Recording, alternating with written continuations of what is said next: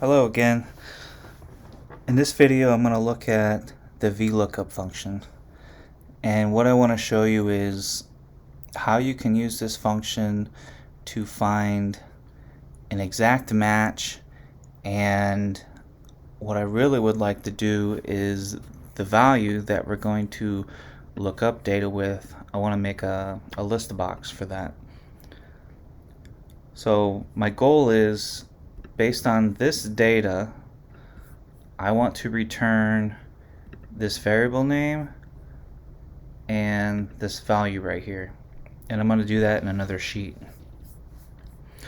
So the first thing, since I'm going to use these as my lookup value,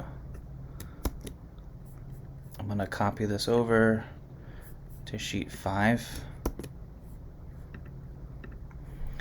and what I want to do is, I think I'm going to make all my values here. Here I'm going to have a list box or a drop down menu. So I'm going to add data, data validation, list, and then I'm going to make all this data my source.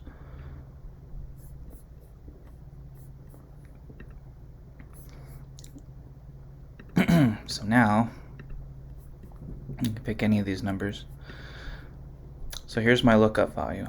Now I need my VLOOKUP formula. There it is. It's asking for my lookup value. This is going to be like the key, or the unique value that's going to help me find the other data in the table. So I'm going to make it this cell, table array.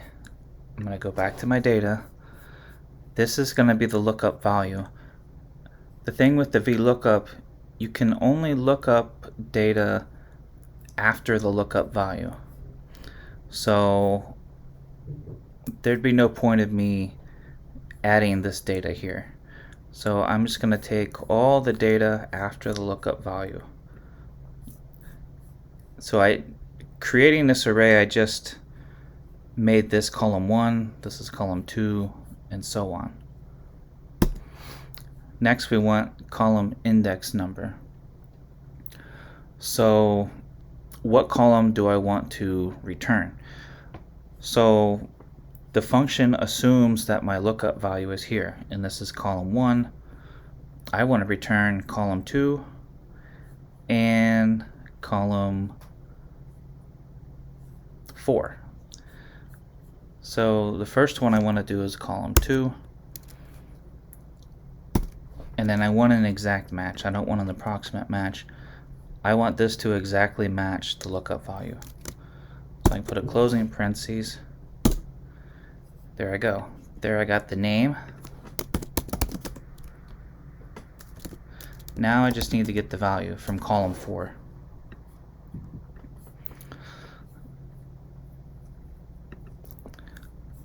So as you can see, whenever I change this, the name changes, because it's basically indexing through that array looking for the name.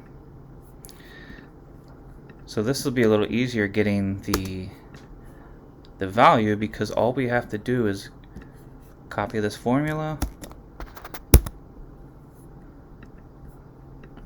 right into here. This is going to give us the same result. I just need to make one change. Instead of returning column 2, I'm going to return column 4. And if I straighten this up, there we go. So now I can use my drop-down menu to look up whichever values that I want.